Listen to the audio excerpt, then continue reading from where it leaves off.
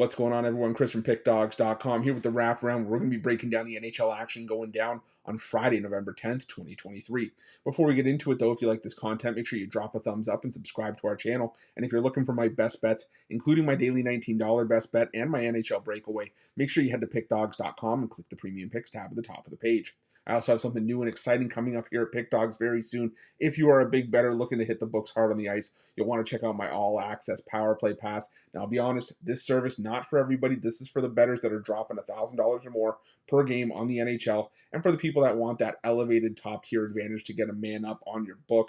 Now, this package will feature for the first time the rating of my plays as well as late info plays that I bet throughout the day based on goalie news, goalie announcements, injuries, etc. Now, if this isn't your cup of tea, that's 100% totally fine. We will still be cooking up premium winners here every day. We'll still be covering every game, every day right here on the Wraparound.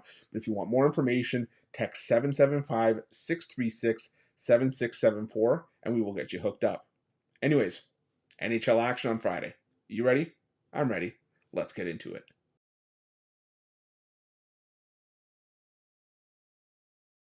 Our first game takes us to the KeyBank Center where the Buffalo Sabres take on the Minnesota Wild.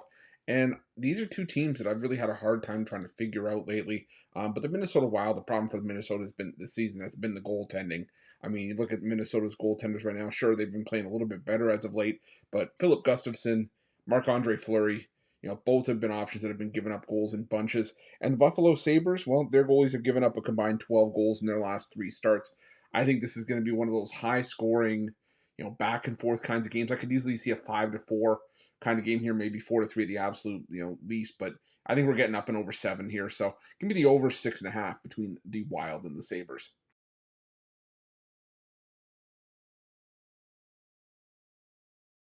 Next, we head to the Amerant Bank Arena as the Florida Panthers take on the Carolina Hurricanes. And this line looks a little bit funky with the Carolina Hurricanes being on the road and being favored here, but I kind of get it. The Hurricanes coming into this one looking for revenge after being swept by the Florida Panthers in the playoffs last season. A bunch of low-scoring games that Florida won there, and maybe like I said, the Canes want to come in and get advantage. The problem, get revenge. The problem is here they've dropped 5 of the last 6 meetings in Florida. And I'm just not sold on the Carolina Hurricanes without Frederik Andersen. Andersen currently still dealing with those blood clot issues. And right now it's going to be Antti Ranta and Peter Kochetkov for the Hurricanes. And those two guys, they have been capable in spots, but they've also been key contributors to the defensive issues that the Hurricanes have had for much of the season. And the reason that the Carolina Hurricanes are 22nd in goals allowed per game, allowing 3.4 per contest. You'd like to see Florida's offensive numbers creep up a little bit, but heck, the Panthers are still playing their better hockey at home this season, 4-1 at home. So I'm going to take the Florida Panthers in this one. I think we're getting some value with them here. So give me Florida in this one.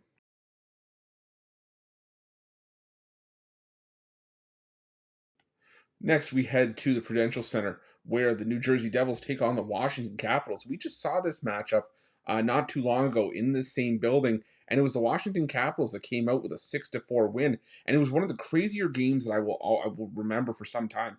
We saw all 10 goals come at one end of the ice as the Caps had a 3-0 lead after the first. The Devils scored all 4 goals in the second period, and then the Caps put up 2 goals in the first 2:10 of the third period before the empty netter in the later stages to win the game 6-4. And I'm not saying we have another 6-4 game here, but I still think we're getting some value here with the Washington Capitals. Sure, the Caps offense has stunk for much of the season. They're only putting up 2 goals per game this year. They're 31st in the NHL in that respect. But the goaltending has been a lot better. New Jersey's offense has been great, but the defense is allowing 3 points, and the goaltending is allowing 3.7 goals per game this season. And head-to-head, this matchup has been dominated by the Caps and the road team. The Capitals 30-9 in the last 39 meetings between these two teams, 16-5 in the last 21 meetings in New Jersey. The road team 8-2 in the last 10 meetings. I get it. A lot of that came when the Devils were a bit of a laughingstock and the Capitals were much better. But I think as long as this Capitals team stays healthy, they're going to have a shot to win some games, potentially get back into the playoffs. So give me the Washington Capitals here at some plus money. I think there's some solid value on the Caps in this one.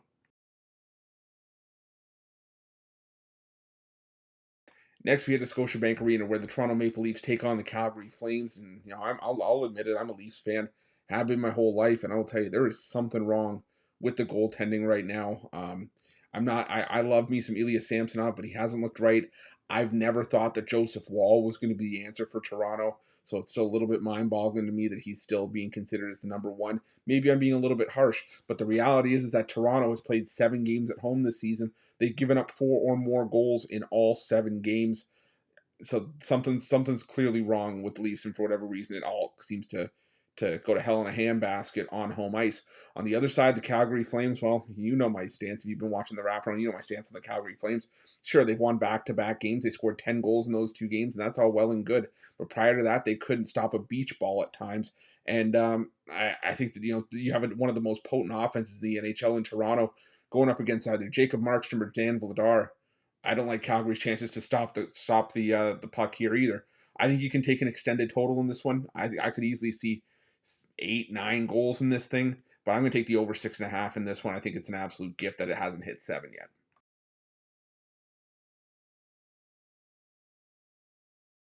Next, we head to the Honda Center where the Anaheim Ducks take on the Philadelphia Flyers.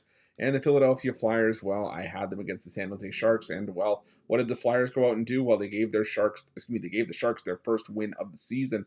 And right now, the Flyers are just in the no-fly zone. I mean, they scored 1 goal in their last 2 games combined, 2 goals or less in 4 of their last 5, and they've lost 7 of their last 9 altogether.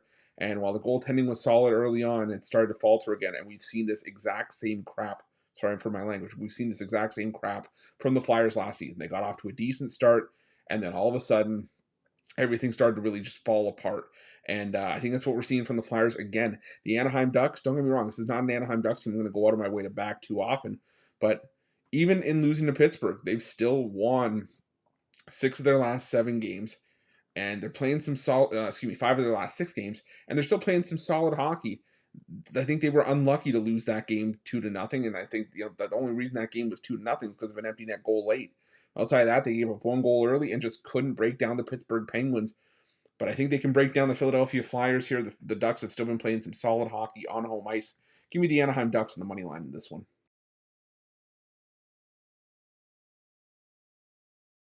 And our final game on Friday takes us to the T-Mobile Arena where the Golden Knights take on the San Jose Sharks, and do not adjust your screens. That is the correct line, and for good reason. The Golden Knights, the defending Stanley Cup champions, one of the best teams in the NHL, have been rock solid at home. The San Jose Sharks, still the worst team in the NHL, from record standpoint. They're dead last in goals per game. They're worst in goals allowed per game. 1.3 goals per game this season, allowing well over 4.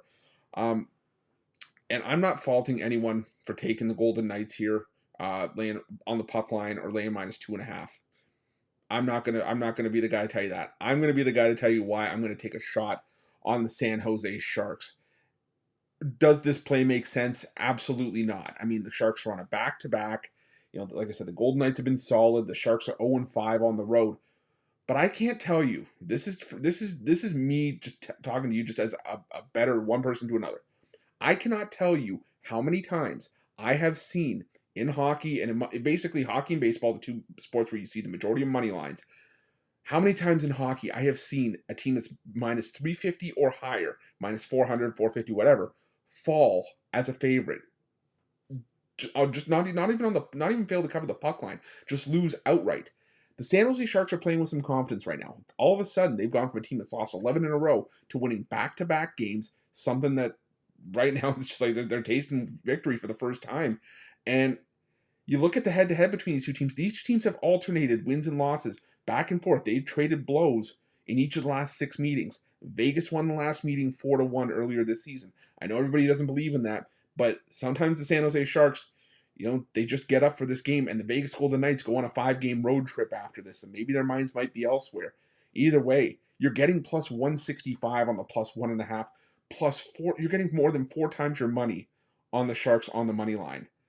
I just think from a value perspective, it's where you got to take the shot. It's just a sprinkle. Nothing I'm going too crazy on. And like I said, I will not fault anyone for taking the Golden Knights here, because it wouldn't surprise me if Vegas pulled it out here and beat the tar off of the Sharks here. But from a value perspective, I'm going with the San Jose Sharks to round things out. That's it. That's all the NHL action for Friday. November 10th, 2023. If you like this video, make sure you smash that like button and subscribe to our channel. Also, make sure you have notifications turned on to get the newest and most up-to-date content here at Pick Dawgz. And a reminder, if you're looking for my best bets, check out Pick Dawgz Premium. And also, if you're looking for more information on my all-access Power Play Pass and to find out if this is right for you, make sure to text 775-636-7674. And also make sure to let me know your NHL picks in the comment section below. Thanks for watching.